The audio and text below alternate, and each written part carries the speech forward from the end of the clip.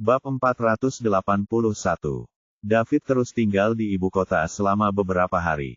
Selain berbicara dengan Hugo, kepala Islip Capitals di Capital City, tentang arah investasi Islip Capitals dan mendesaknya untuk mempercepat kemajuan mereka, David akan menghabiskan hampir seluruh sisa waktunya dengan Celia.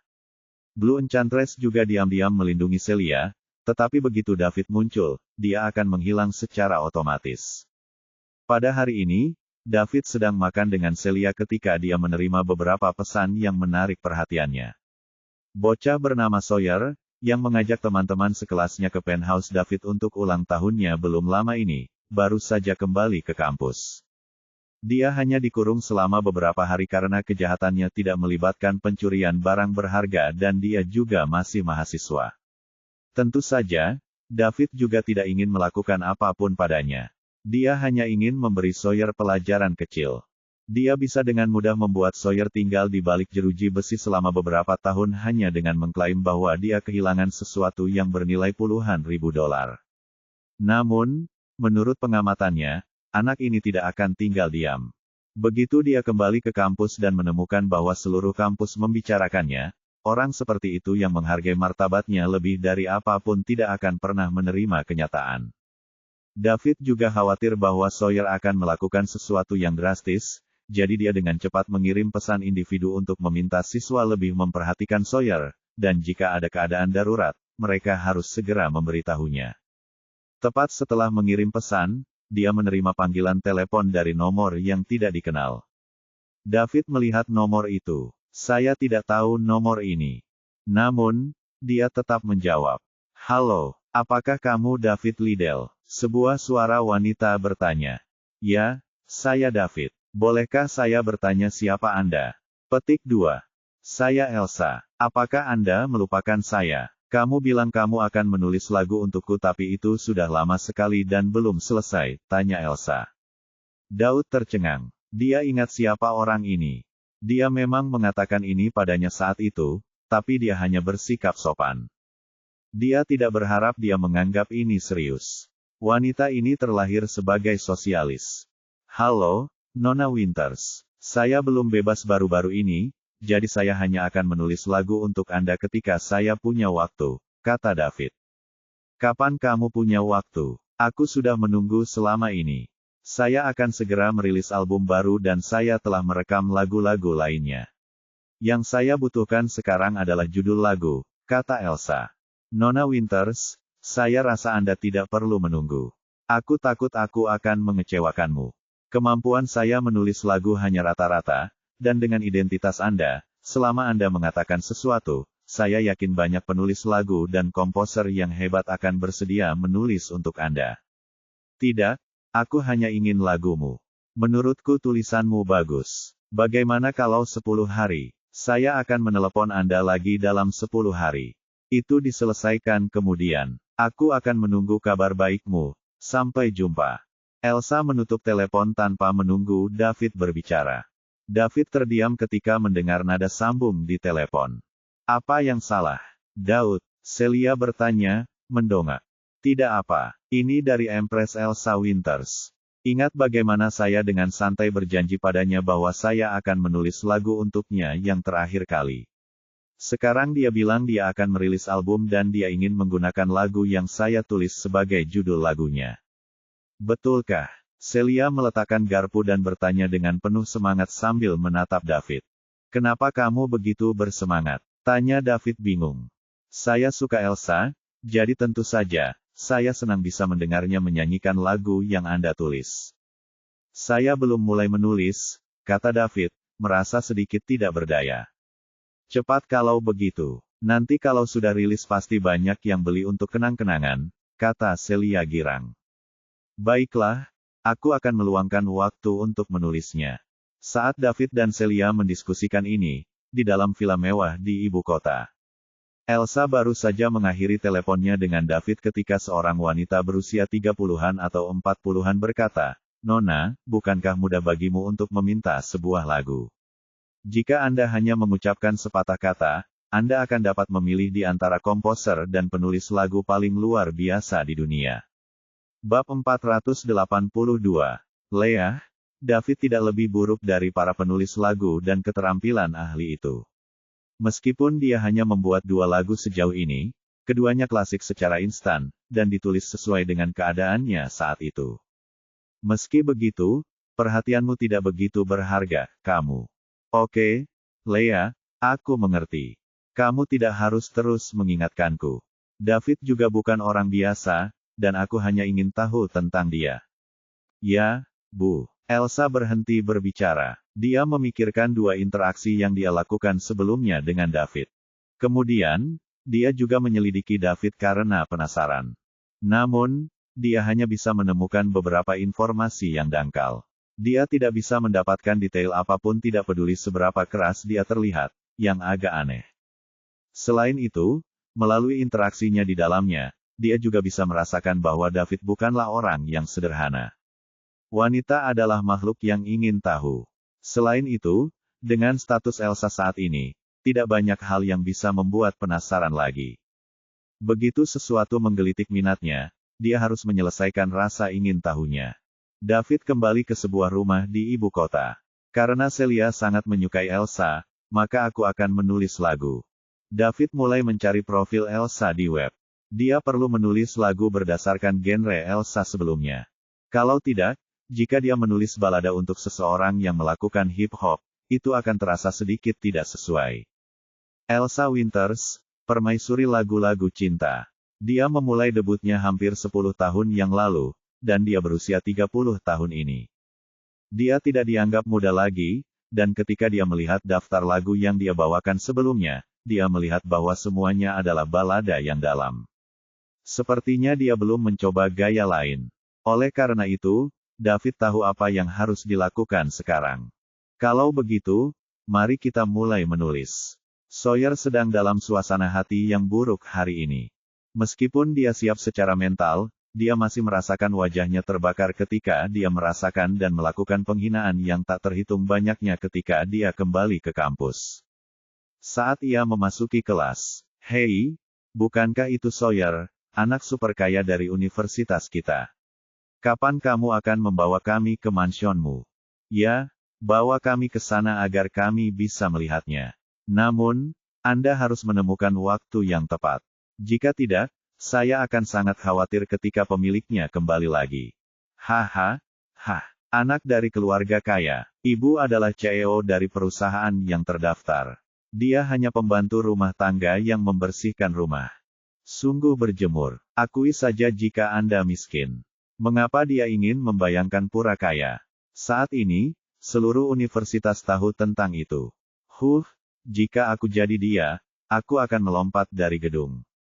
Bagaimana saya berani menunjukkan wajah saya di sekitar orang lain? Sawyer tidak bisa menangani diskusi seperti itu tentang dia. Dia kabur dari kampus bahkan sebelum menyelesaikan kuliahnya. Kemudian, dia mulai berkeliaran di jalan-jalan. Dia ingin balas dendam. Dia tidak hanya ingin membalas dendam terhadap orang yang mengeksposnya, tetapi dia juga tidak akan memaafkan orang-orang yang memfitnahnya di kampus. Adapun siswa yang memandangnya dengan jijik pada mata mereka, dia juga ingin mereka semua menyesalinya juga. Sekarang, pikiranku semakin kacau. Setiap kali seseorang melihatnya di jalan, dia akan berpikir bahwa mereka sedang menontonnya, yang menyebabkan dia sangat ingin pergi dan menamparkan wajah mereka. Dia perlahan membentuk rencana jahat di dalam hatinya. Dia ingin membalas dendam terhadap semua orang. Bab 483. David menulis lagu berjudul Flower Woman yang lebih sesuai dengan temperamen Elsa dan genre lagu-lagu sebelumnya. Dia lebih dari puas dengan lagu itu. Pada saat ini, David tidak bisa menahan diri untuk tidak memuji kekuatan sistem. Dia awalnya adalah orang yang tidak memiliki pengetahuan tentang musik, tetapi sejak dia mulai menggunakan poin mewah untuk mempelajari penulisan lirik dan komposisi lagu, dia menjadi sangat terinspirasi untuk menulis lagu dan dia sekarang benar-benar mahir dalam teori musik. Ini luar biasa. David merasa bahwa karena dia telah ditingkatkan menjadi wali, dia dapat menghabiskan beberapa poin mewah untuk mempelajari keterampilan lain seperti kedokteran atau yang serupa. Ini adalah keterampilan yang menyelamatkan nyawa. Akan lebih baik untuk mempelajari pengobatan tradisional kuno Sommerland, yang juga dianggap sebagai esensi Sommerland. Namun, karena Summerland pernah mengalami masa perang, banyak tradisi dan warisan mereka hilang. Pengobatan tradisional kuno adalah salah satu seni yang hilang ini. Sangat sedikit praktisi pengobatan tradisional kuno yang mewarisi keterampilan nyata. Dikatakan bahwa obat tradisional kuno Summerland sangat kuat. David melihat sistemnya. Dia sudah memiliki 8.564 poin, dan dia akan membutuhkan sedikit lebih dari 1.000 poin untuk mencapai 10.000 poin. Setelah beberapa perenungan, David menambahkan pengobatan tradisional kuno Summerland ke kolom keterampilan untuk memeriksanya. Kemudian, sebuah jendela muncul dari sistem. Apakah Anda yakin ingin belajar pengobatan tradisional kuno Summerland? Ini akan menghabiskan 1.000 poin mewah. Brengsek. David hampir mulai mengutuk. Saat ini, menjadi semakin sulit untuk mempelajari keterampilan baru. Ketika dia pertama kali mulai belajar mengemudi, menulis lirik, membuat lagu, dan keterampilan lainnya, dia hanya perlu menghabiskan 10 poin mewah. Kemudian, dia menghabiskan 100 poin mewah untuk mempelajari Eight Extremities Fish. Sekarang, dia membutuhkan 1.000 poin mewah untuk mempelajari pengobatan tradisional kuno Summerland. David mulai bertanya-tanya apakah sistem menaikkan harga transaksi.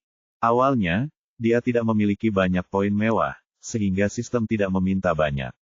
Sekarang dia memiliki begitu banyak poin mewah, itu juga mulai menaikkan harganya. Kenapa kamu tidak merampokku secara langsung? Apakah Anda pikir mudah bagi saya untuk mendapatkan poin mewah? Tampaknya mudah bagi orang lain karena hanya membutuhkan seseorang untuk mengeluarkan uang. Siapa yang tidak tahu cara menghabiskan uang? Mudah bagi Anda untuk menghabiskan 3 hingga 500 juta, atau bahkan 1 miliar atau 8 miliar. Anda bahkan dapat menghabiskan puluhan miliar. Cobalah menghabiskan beberapa triliun dalam waktu singkat. Jika dia tidak meningkatkan kekuatan dan statusnya selangkah demi selangkah, ibu kota Liga Timur saat ini, tidak akan berarti apa-apa di mata orang lain. Pada saat itu, dia mungkin akan ditangkap dan diinterogasi ketika orang lain mencoba mencari tahu dari mana uangnya berasal. Hanya setelah seseorang memiliki identitas, status, dan kekuatan, seseorang dapat menyesuaikan diri dengan kekayaan yang mereka miliki. Jika tidak, seseorang hanya akan melakukan pekerjaan untuk orang lain tanpa manfaat bagi dirinya sendiri. Lupakan. David akhirnya memutuskan untuk tidak mempelajari pengobatan tradisional kuno Summerland untuk sementara waktu. 1.000 poin mewah terlalu mahal. Jika dia menghabiskannya sekarang, dia akan membutuhkan 1 minggu lagi untuk mendapatkannya kembali. Bagi David saat ini, kekuatan adalah dasar dari segalanya. Hanya ketika kekuatannya ditingkatkan, dia dapat melakukan hal-hal lain tanpa ragu-ragu. Dia juga bisa menghabiskan uang lebih berani dan tidak khawatir tertangkap dan ditanyai. Setelah meletakkan lagu yang baru saja ditulisnya di atas meja, David akan mencari waktu untuk mengirim lagu itu ke Elsa untuk mengakhiri masalah ini sehingga dia tidak akan meneleponnya lagi. David tidak punya cara untuk menghadapi sosialis kelahiran seperti Elsa. Dia laki-laki, dan tidak baik baginya untuk berpisah dengannya. Bagaimanapun, dia berjanji pada Elsa sebelum ini, dan yang terakhir juga adalah idola Celia. Tindakan terbaik adalah menulis lagu untuk menyelesaikan masalah ini untuk selamanya. Keesokan harinya, David menghubungi Elsa dan memintanya untuk bertemu di sebuah kedai kopi. Karena seorang diva terlibat dalam masalah ini, David memilih kamar pribadi yang tersembunyi untuk mencegah Elsa dikenali di lobi dan menyebabkan masalah yang tidak perlu. Ketenaran Empress Elsa bukanlah lelucon. Akan sangat besar jika skandal pecah. Tidak lama setelah David tiba, Elsa datang dengan topi dan kacamata hitam yang menutupi separuh wajahnya. Nona Winters, silakan duduk. Saya tidak tahu apa yang Anda suka minum, jadi saya hanya memesan sesuatu secara acak. Kalau kamu tidak suka, kamu bisa mengubahnya, kata David sopan. Setelah Elsa masuk, dia menutup pintu, berjalan ke arah David, dan duduk. Setelah itu, dia melepas topi dan kacamata hitamnya. Liddell, kamu terlalu formal. Panggil saja Elsa. Aku bisa minum apa saja, kata Elsa sambil tersenyum. David menatap Elsa yang duduk di depannya. Ini adalah pertama kalinya dia menatap Elsa dengan seksama. Dia memiliki wajah berbentuk hati yang cantik dan riasan tipis. Ada senyum di sudut mulutnya yang menyegarkan untuk dilihat. Dia memang seorang permaisuri. Dia dengan jelas menunjukkan pesona seorang wanita dewasa. Tidak heran dia begitu dicari. Dia adalah tipe yang akan mempesona tua dan muda. Meskipun mereka telah bertemu 2 kali, itu di perjamuan dan ada banyak orang di sekitar. Karena itu, David tidak bisa melihat Elsa dengan seksama, ditambah perhatiannya tidak pada Elsa saat itu. Saat masih duduk di bangku sekolah, nama permaisuri Elsa sudah menjadi perbincangan hangat di kampus. Namun, saat itu dia begitu sibuk dengan kehidupan sehingga dia tidak punya waktu untuk memperhatikan hal-hal ini. Dia tidak mengikuti selebritas, dia juga tidak punya waktu atau uang untuk melakukannya. David sangat terkejut sekarang karena dia melihat Elsa dari dekat. Empress Elsa adalah seorang Dragon Ranker. Meskipun dia pandai menyembunyikannya, bagaimana dia bisa lolos dari deteksi kekuatan pikiran David yang kuat? Kenyataannya, jika David menggunakan sebagian dari kekuatan pikirannya untuk mendeteksinya ketika mereka bertemu terakhir kali, dia akan mengetahuinya lebih cepat. Hanya saja, saat itu dia kurang memperhatikan. Selain itu, siapa yang mengharapkan seorang diva menjadi Dragon Ranker? Bahkan jika Anda adalah seorang bintang dan Anda sangat terkenal sehingga ketenaran Anda dikenal di seluruh dunia, status Anda masih akan jauh lebih rendah daripada Ranker Naga. Ini adalah perbedaan penting. Sepertinya Elsa juga bukan orang yang sederhana. Menjadi bintang mungkin hanya hobi kecilnya. Mustahil bagi orang seperti itu untuk tidak memiliki keluarga yang kuat di belakangnya. Nona Winters, saya sudah menulis lagunya. Alasan utama saya memanggil Anda ke sini hari ini adalah untuk memberikannya kepada Anda, kata David. Liddell, maafkan aku, hanya saja aku sangat menyukai lagumu. Kebetulan saya akan segera merilis album, makanya saya buru-buru, ujar Elsa dengan nada minta maaf. Tidak masalah, karena aku berjanji padamu, aku harus melakukannya. Hanya saja saya sedang sibuk selama ini jadi agak tertunda. Kebetulan saya punya inspirasi kemarin, jadi saya menulisnya saat itu. Saya harap Anda akan senang dengan ini. Petik 2. Kata David sambil menyerahkan playlist berjudul Flower Woman kepada Elsa. Setelah Elsa mengambil alih, dia mulai memeriksanya. Wanita bunga. Mata Elsa berbinar saat melihat nama itu. Kemudian, dia mulai bersenandung saat dimainkan. Bab 484. Setelah lagu berakhir, Elsa menyenandungkannya sekali lagi. Kedengarannya sangat bagus. Dia menyukainya. Ini adalah lagu yang dibuat khusus untuknya. Elsa sangat menyukai musik sejak kecil. Selain itu, dia juga sangat berbakat dalam hal ini. Setelah dia dewasa, terlepas dari kehidupan keluarganya, dia memulai jalur musik. Sebagai putri tertua dari keluarga Winters, dia tidak memiliki hak untuk membuat pilihannya sendiri. Semua orang tahu bahwa Elsa tidak hanya sangat berbakat dalam musik, tetapi juga sangat kuat dalam seni bela diri. Dia tidak diragukan lagi yang pertama di antara generasinya yang layak untuk nama keluarga musim dingin. Saat ini, keluarganya tidak punya pilihan selain mengizinkan dia mengikuti karir musiknya. Namun, ada satu syarat, dan dia harus pulang untuk mengikuti ujian setiap tahun. Jika dia memenuhi standar tes, dia bisa melanjutkan pelayaran musiknya. Jika dia gagal, dia harus meninggalkan musiknya dan kembali ke rumah untuk berkonsentrasi pada seni bela diri.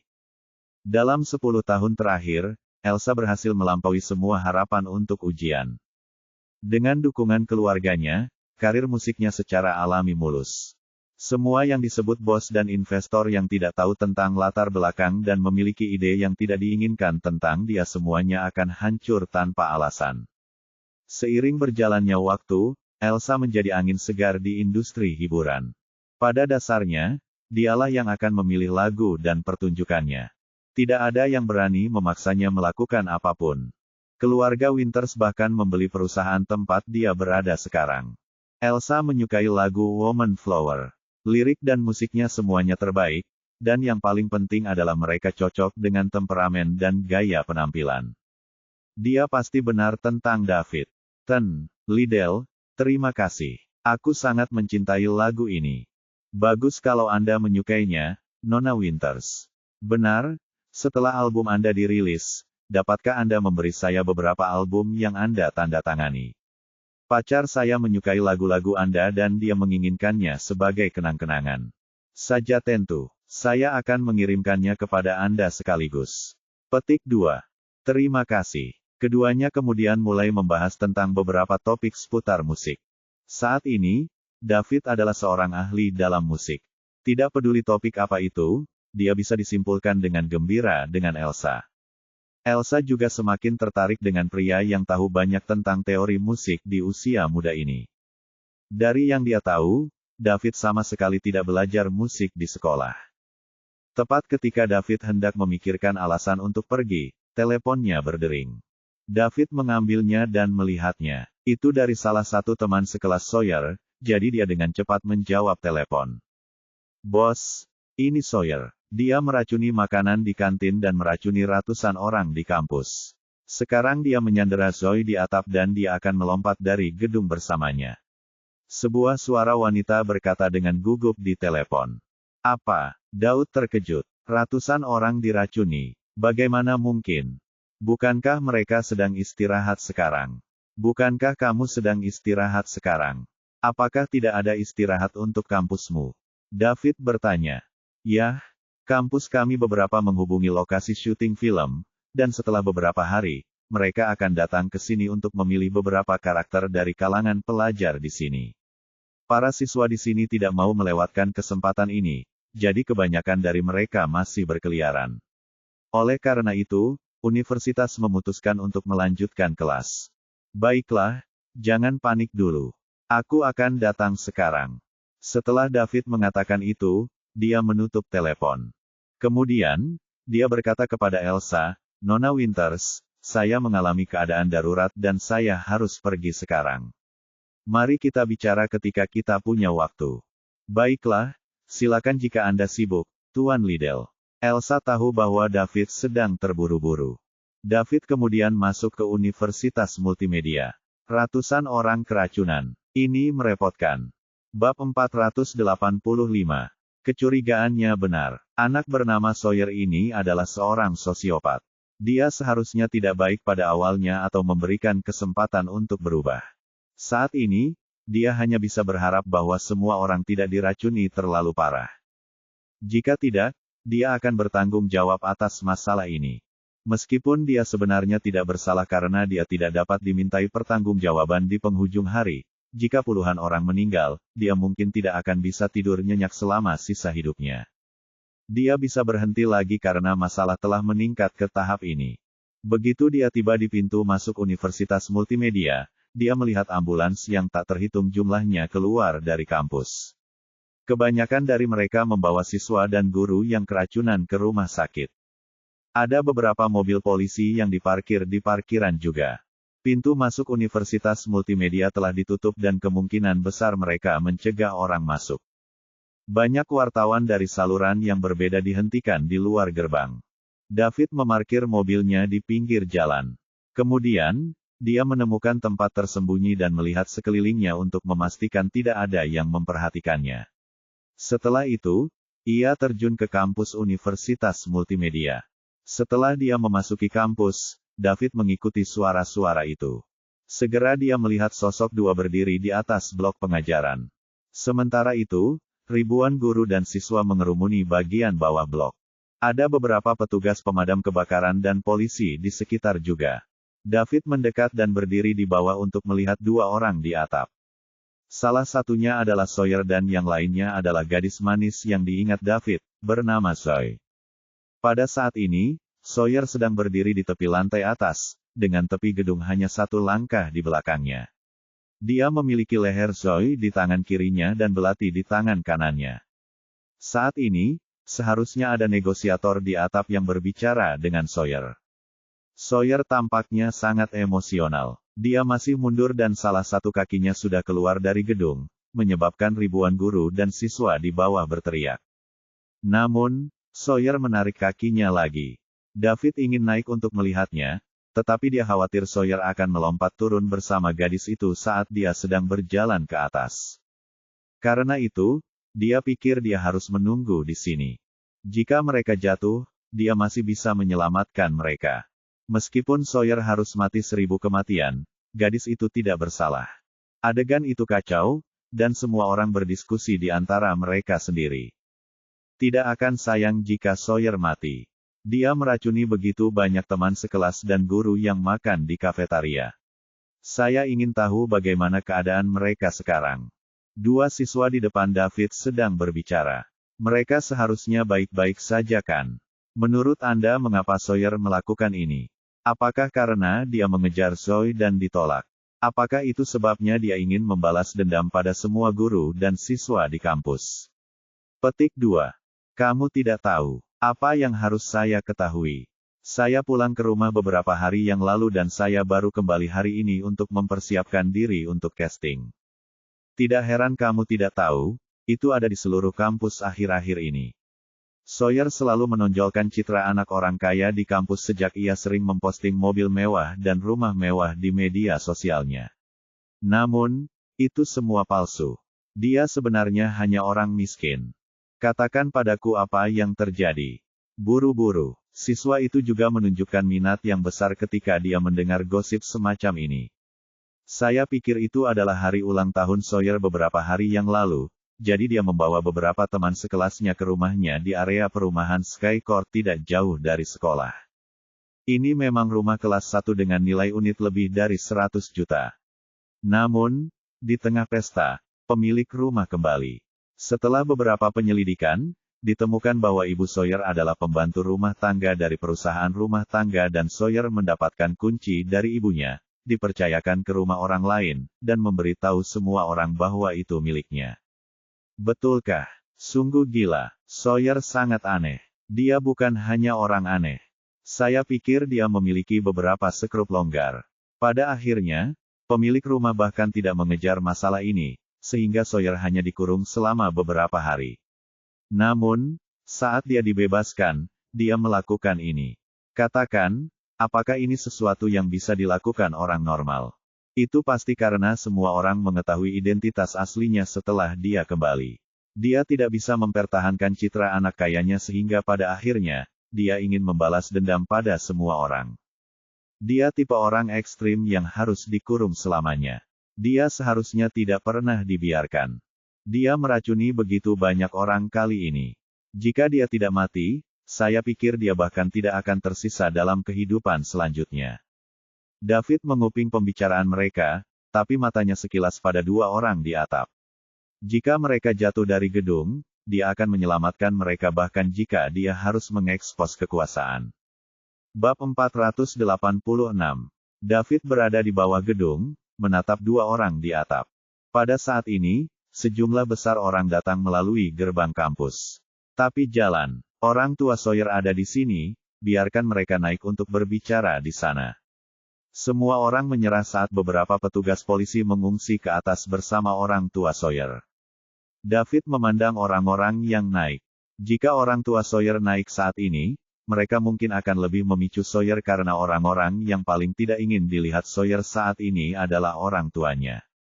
Namun, David juga tidak menghentikan mereka. Akan lebih baik bagi mereka untuk melompat turun secepat mungkin, agar tidak membuang waktu di sini. Setelah menyelamatkan mereka, dia akan pergi ke rumah sakit untuk melihat bagaimana keadaan para siswa yang keracunan. Jika bukan karena terlalu banyak orang di tempat kejadian dan dia tidak ingin menakut-nakuti semua orang, David akan terbang untuk menyelamatkan mereka. Benar saja, setelah orang tua Sawyer naik ke atas, dalam beberapa menit, Sawyer mulai kehilangan kendali atas emosinya. Setelah ragu-ragu selama lebih dari 10 detik, dia melompat turun bersama Zoe. Penggergaji? Tidak. Seorang wanita parubaya di atap menjerit putus asa. David sudah siap di bawah gedung. Dia pergi ke tempat di mana keduanya jatuh dengan kecepatan tercepat. Tepat ketika Sawyer dan Zoe hendak jatuh ke tanah, mereka ditangkap di tangan masing-masing David. Meskipun keduanya melompat dari atap setinggi puluhan meter dan dampaknya sangat besar, bagi David, setengah jalan menuju Gatreng, itu bukan apa-apa. David memegang satu orang di masing-masing tangannya. Zoe pingsan karena ketakutan. Meskipun Sawyer masih sadar, dia tidak bereaksi untuk sementara waktu. Semua penonton tercengang ketika mereka melihat adegan ini. Ini berbeda dengan semua yang pernah mereka ketahui. Bagaimana mungkin seseorang menangkap dua orang dewasa yang melompat dari atas lantai 7? Mereka semua adalah mahasiswa dan guru universitas. Meskipun mereka berada di universitas media dan mereka tidak mengambil jurusan fisika, orang bodoh dapat diterima di universitas tersebut. Seberapa kuat benturan orang dewasa yang melompat dari lantai 7? Siapa yang berani menangkapnya dengan tangan kosong? Ada laporan berita terakhir kali tentang bayi berusia 2 atau 3 tahun jatuh dari lantai 5 dan ditangkap oleh seorang pria dewasa di lantai bawah.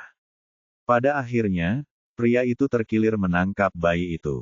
Ini cukup serius, apalagi menangkap orang dewasa. Siapapun yang berani menangkap orang dewasa pasti akan hancur sampai mati, dan tidak ada kemungkinan hasil alternatif. Meskipun demikian, David menangkap dua orang dewasa di tangannya masing-masing, dan dari penampilannya, itu tampak mudah baginya. Itu orang yang normal, benar-benar luar biasa. Itu Superman. Polisi adalah yang pertama bereaksi.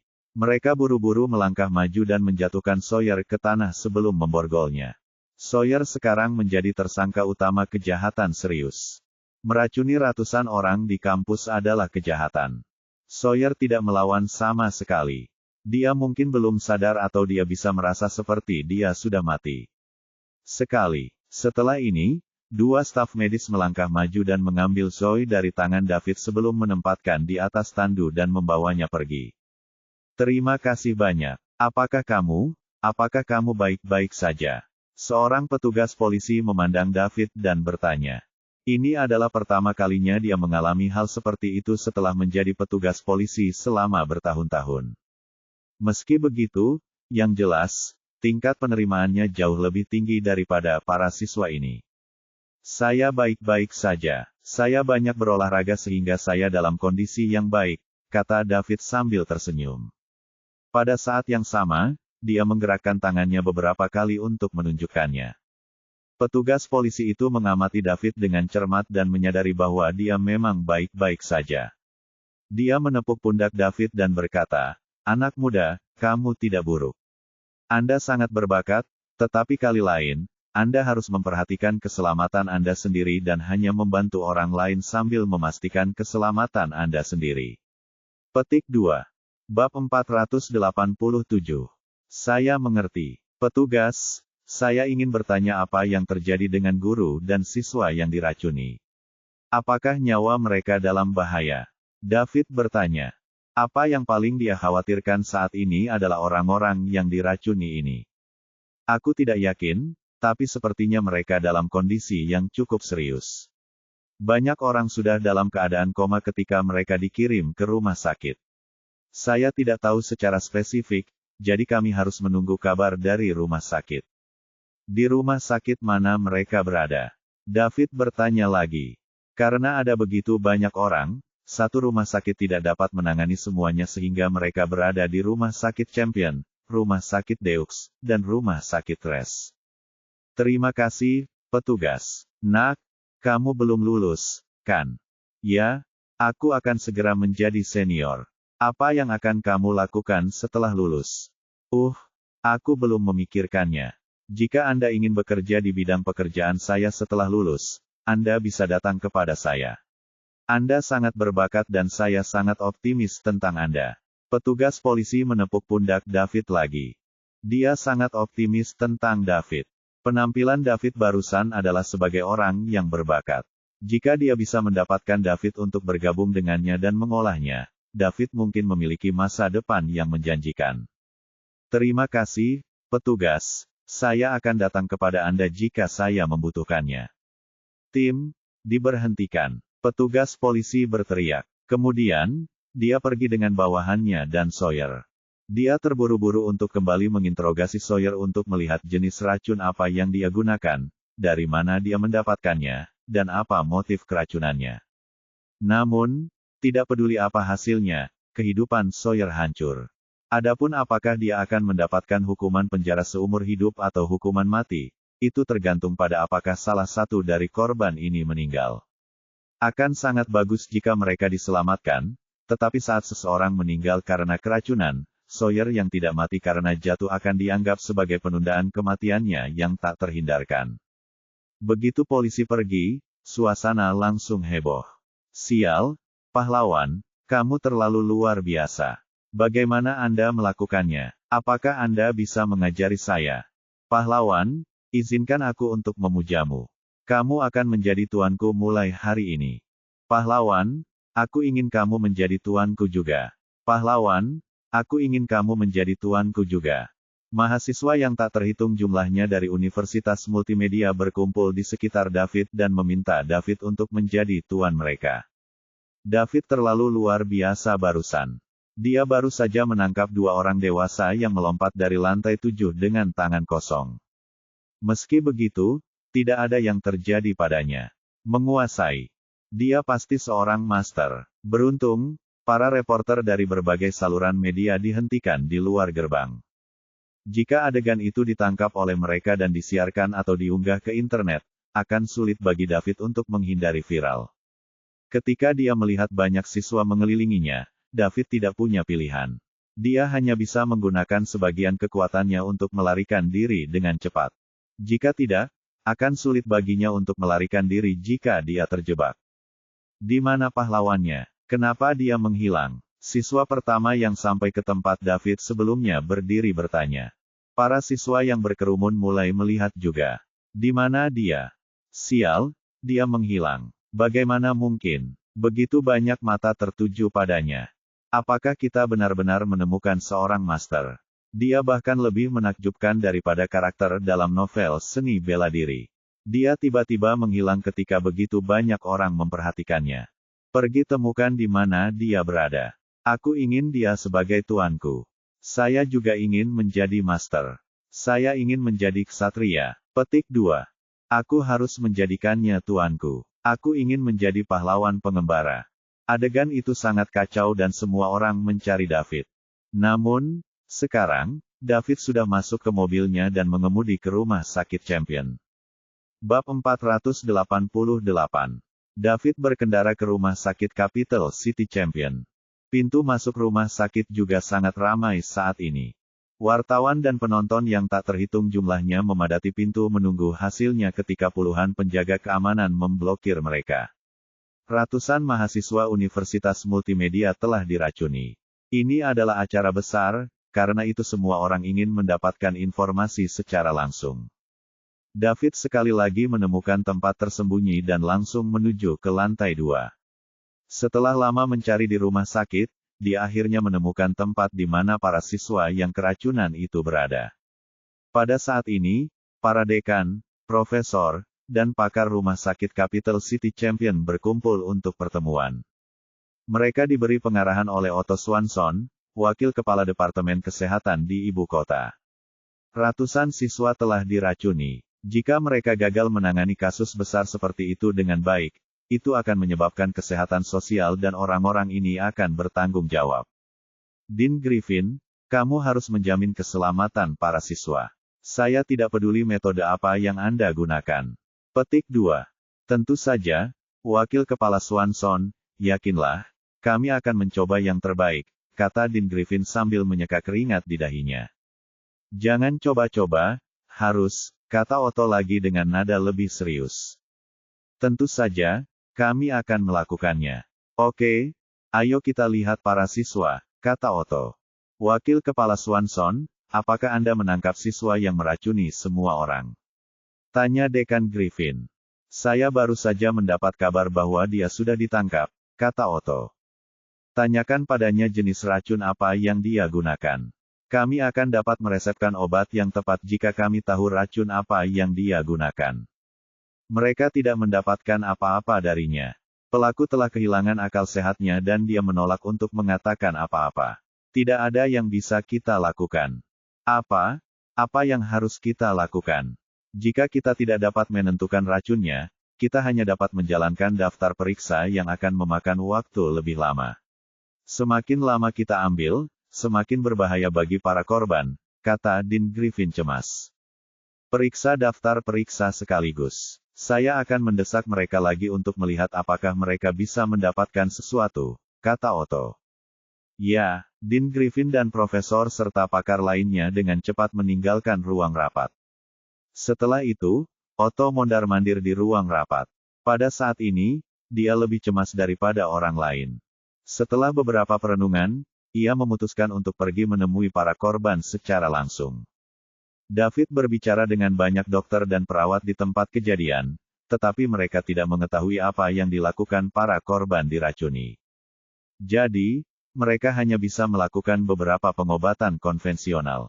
Banyak orang segera mulai mengalami koma. Oleh karena itu, David buru-buru melangkah maju untuk memeriksa seorang siswa yang sedang koma. Menggunakan kekuatan pikiran yang kuat, dia bisa merasakan detak jantung siswa yang lemah. Rasanya seperti lilin di tengah angin dan hujan yang bisa padam kapan saja.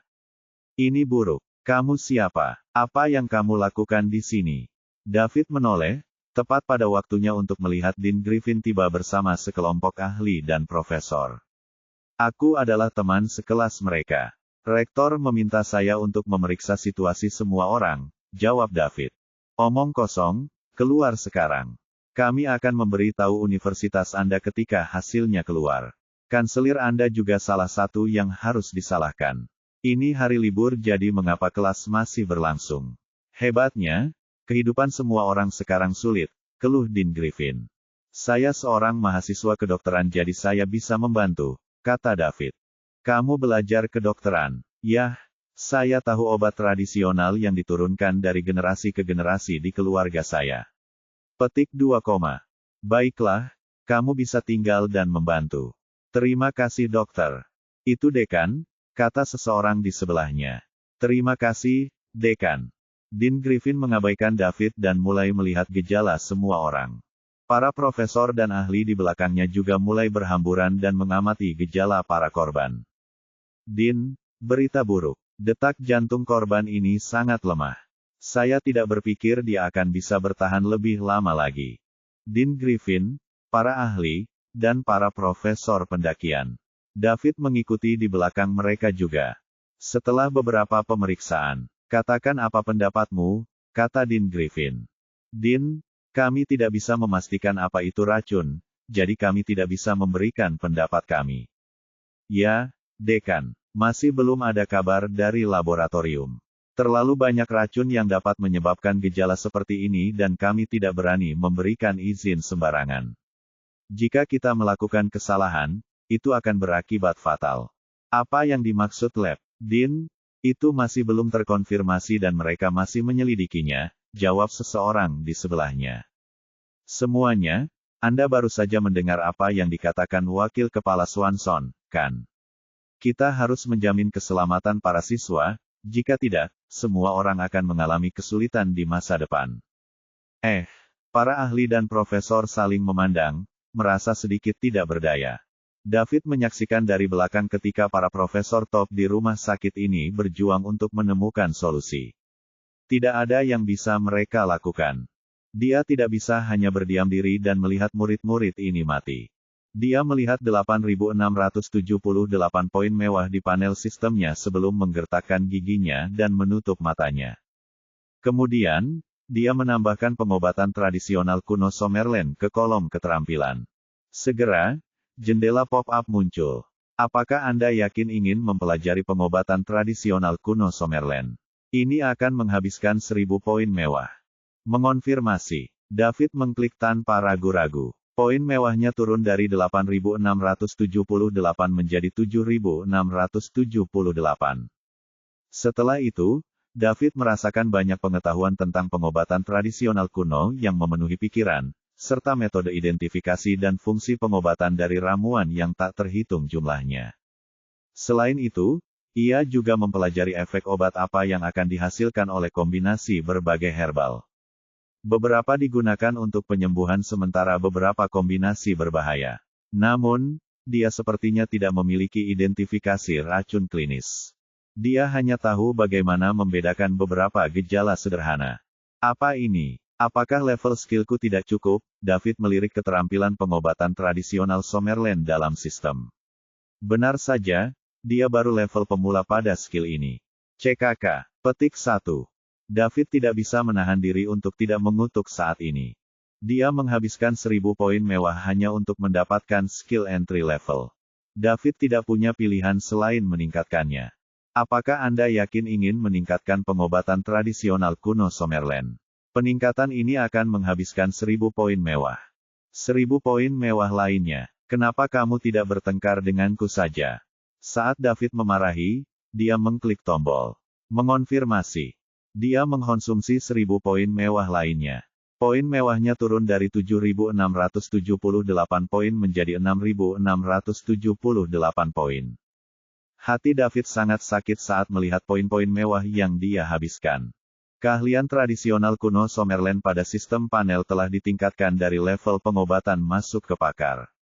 David merasa banyak pengetahuan memenuhi pikirannya lagi. Kali ini, dia melihat bahwa akhirnya ada subjek yang disebut identifikasi racun klinis. Bab 489. Segala macam gejala keracunan terpatri dalam benak David, dan dia akhirnya tahu bagaimana cara mengatasinya. Dia memisahkannya dan berjalan ke depan. Dean, izinkan aku melihatnya, kata David. Kamu, Dean Griffin memandang David. Keluarga saya telah memulai pengobatan tradisional selama beberapa generasi, jadi mungkin saya bisa melihat apa yang salah. David berkata dan mulai memeriksa pasien yang sakit kritis. Setelah memeriksa seluruh tubuh pasien, David memiliki jawaban di jantungnya. Dean, orang-orang ini menderita keracunan arsenik, kata David yakin. Arsenik, nama ilmiahnya adalah keracunan arsenik trioksida. David menjelaskannya dalam istilah ilmiah modern. Keracunan arsenik. Beritahu laboratorium untuk memeriksa keracunan arsenik, kata Dean Griffin segera. Ya, saya akan segera memberitahu mereka, jawab seseorang. Dean Griffin, itu pasti keracunan arsenik. Anda dapat mengatur perawatan ini terlebih dahulu, jika tidak, semakin lama tertunda, keracunannya semakin serius. Petik 2. Segera menyiapkan segala macam obat dan peralatan untuk keracunan arsenik. Setelah laboratorium memastikan bahwa itu adalah keracunan arsenik, segera obati. Juga, beritahu laboratorium untuk segera menyampaikan berita itu ke rumah sakit Deux dan Tres setelah dikonfirmasi. Petik 2. Segera, Dekan. Sementara semua orang menunggu dengan cemas, berita akhirnya datang dari laboratorium. Itu memang keracunan arsenik. Dekan akhirnya menghela napas lega. Selama zat keracunan diidentifikasi, akan mudah untuk memulai pengobatan. Dia segera mulai mengarahkan semua orang untuk memulai pengobatan. Pengobatan modern telah menemukan obat khusus untuk pengobatan keracunan arsenik. Segera, beberapa pasien yang sakit kritis dirawat, dan kondisi mereka membaik secara signifikan. Tanda-tanda vital mereka juga terus angsur stabil. David merasa lega setelah melihatnya. Setelah itu, dia diam-diam meninggalkan rumah sakit. Karena ada ahli dan profesional di sekitar, dia tidak diperlukan di sini. Meskipun dia juga memiliki rencana perawatan di pikirannya, karena obat tradisional sedang menurun, rumah sakit mungkin tidak memiliki banyak obat yang dia butuhkan. Oleh karena itu, dia tidak memberitahu rencana mereka. Setelah masalah itu terselesaikan, David akhirnya santai. Namun, dia kecewa karena dia harus membayar 2000 poin yang mahal. Jika sistem itu hidup, dia benar-benar ingin memarahinya. Itu jebakan. Mempelajari keterampilan dan meningkatkannya telah menghabiskan 2000 poin mewah. Dia akan menerobos statusnya menjadi setengah jalan ke peringkat dewa dan akhirnya menjadi penjaga peringkat dewa. Saat itu, dia akan dianggap sebagai salah satu orang teratas di dunia saat ini. Melihat 6.678 poin mewahnya yang tertidur, David ingin menangis tetapi tidak ada air mata yang keluar. Dia sekarang lebih dari 3.000 poin dari 10.000, dan itu akan memakan waktu setidaknya 20 hari untuk mencapainya. Aku sangat sedih. David menyesali betapa sedihnya dia menghabiskan 2.000 poin mewah. Sementara itu, di Pegunungan Krum, salah satu pegunungan paling misterius di Summerland. Itu ditutupi dengan medan magnet lebih dari berabad-abad yang lalu. Baik pesawat maupun satelit tidak dapat mendeteksi tempat ini. Selain itu, sekte tersembunyi lama Krum, bersembunyi di sini. Krum hanya menerima orang yang sangat berbakat, dan para tetua di sekte itulah yang sering pergi mencari murid. Lorraine adalah murid yang sangat berbakat yang diidentifikasi oleh para tetua Krum ketika mereka pergi mencari murid. Meskipun Lorraine lemah dan sakit-sakitan sejak kecil, para tetua Krum mengira itu bukan karena penyakit, tetapi fisik yang unik. Lorraine, yang dibawa kembali ke Gunung Krum, dipulihkan sepenuhnya setelah lebih dari 10 tahun di Gunung Krum. Perlahan-lahan, dia mulai menunjukkan kelebihan fisiknya yang unik. 10 tahun yang lalu, Lorraine pulang. Hal ini menyebabkan persaingan antara ahli waris pertama dari dua keluarga bangsawan elit di ibu kota saat itu, Stan of the Warners dan Clinton dari keluarga Zimmerman. Itu menyebabkan duo generasi muda paling mempesona di ibu kota berbalik melawan satu sama lain. Lorraine sangat sabar, itulah sebabnya dia membuat janji 10 tahun dengan keduanya. Meskipun keduanya adalah yang paling mempesona di antara generasi muda di ibu kota saat itu, menurut Lorraine, mereka hanya bisa dianggap baik-baik saja di dalam kota. Selain itu, mereka masih memiliki jalan yang panjang jika dibandingkan dengan seluruh negeri. Setidaknya ada segelintir anggota Krum yang bisa meninggalkan mereka. Belum lagi sekte dan keluarga tersembunyi lainnya. Jika mereka hanya melihat Summerland, keduanya tidak diragukan lagi adalah orang-orang dengan pandangan dan pengalaman yang terbatas. Alasan mengapa Lorraine membuat janji 10 tahun adalah karena Lovewoods tidak akan mampu menahan tekanan dari dua keluarga bangsawan elit. Sekarang, penunjukan 10 tahun sudah dekat. Lorraine membutuhkan perjalanan pulang lagi untuk menyelesaikan apa yang dijanjikan 10 tahun ini. Jika tidak, Lovewoods akan terjebak di antara dua keluarga bangsawan elit dan kehidupan pasti tidak akan mudah bagi mereka. Meskipun dia dibesarkan di Gunung Krum sejak usia muda, orang tuanya masih berada di Lovewood Manor. Bukannya mereka tidak mencintai Lorraine, sebaliknya, mereka memperlakukan Lorraine seperti permata ketika dia lahir. Namun, para tetua Krum berjanji kepada Lovewood bahwa dalam 20 tahun, mereka akan mengembalikan Lorraine yang sehat dan aktif kepada mereka. Jika Lorraine terus tinggal di Lovewoods tanpa perawatan sistematis, dia bahkan mungkin tidak akan hidup sampai 20 tahun. Demi tubuh Lorraine, keluarga Lovewood akhirnya dengan enggan memutuskan untuk membiarkan para tetua Krum membawa kembali ke Gunung Krum. Lorraine sedang berdiri di sebuah paviliun di Gunung Krum. Pakaian putihnya berkibar tertiup angin seperti peri. Pada usia 30, dia memiliki wajah 20 tahun karena tahun-tahun tampaknya tidak meninggalkan jejak di wajahnya. Dia memiliki lekuk tubuh di semua tempat yang tepat, dan sosoknya yang sesuai dengan rasio emas benar-benar menunjukkan kedewasaan dan kekenyalannya yang ekstrim. Pada saat yang sama, seseorang bisa merasakan kelembutan menawan yang datang darinya.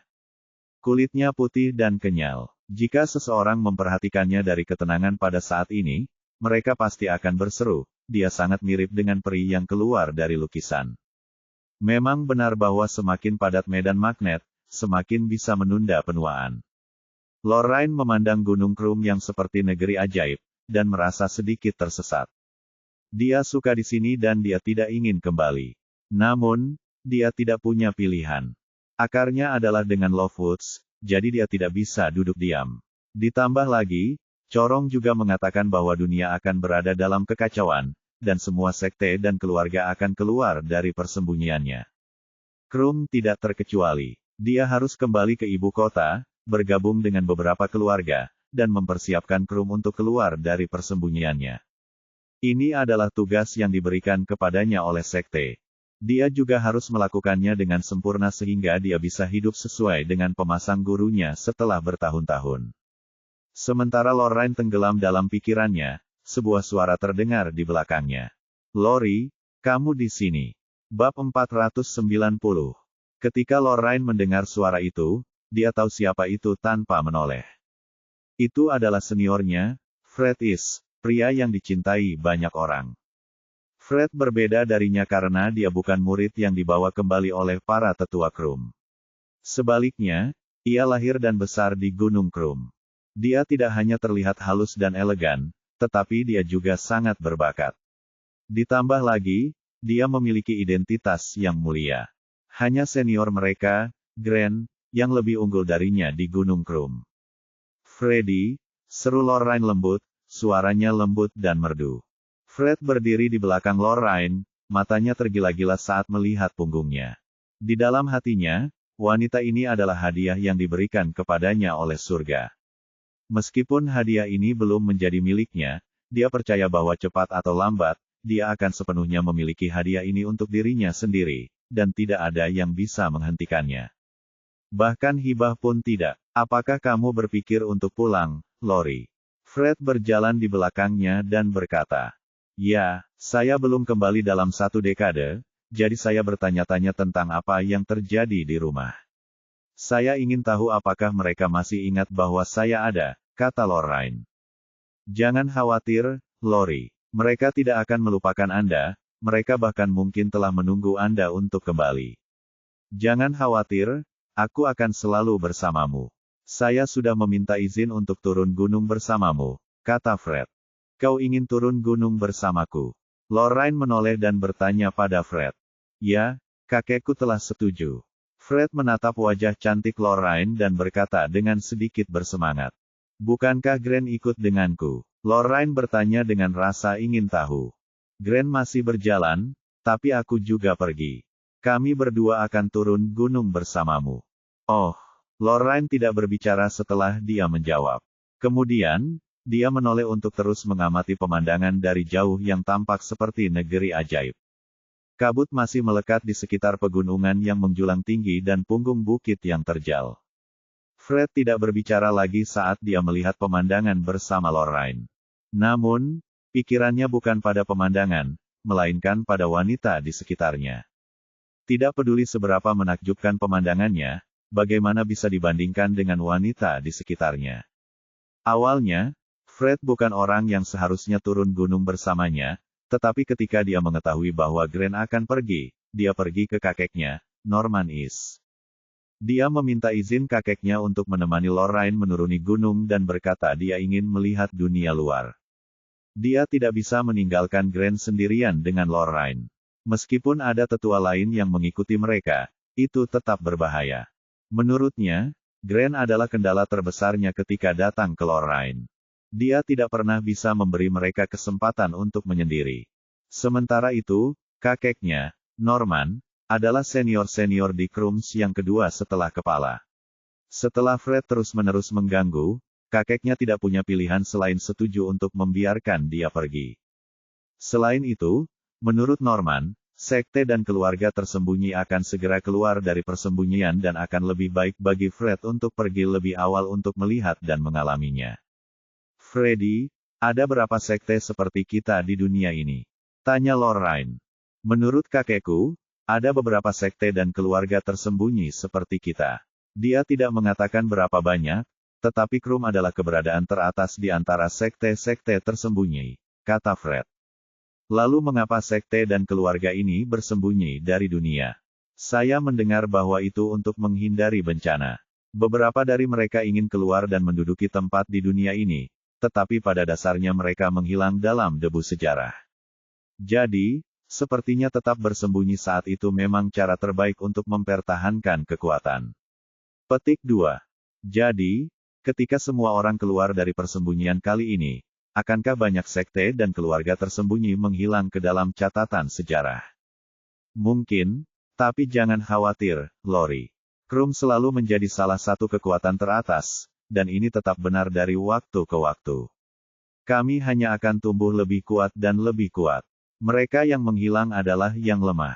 Sama seperti bagaimana yang lemah menjadi mangsa yang kuat, kan? Lorraine membeku. Tepat, seperti bagaimana yang lemah menjadi mangsa yang kuat. Ini akan selalu menjadi kebenaran yang tidak berubah, sama seperti bagaimana Krums akan selalu menjadi partai terkuat, kata Fred percaya diri. Pada saat ini, sebuah suara terdengar dari bawah. Freddy, Lori, kepala sekte memanggil kita. Freddy, ayo pergi.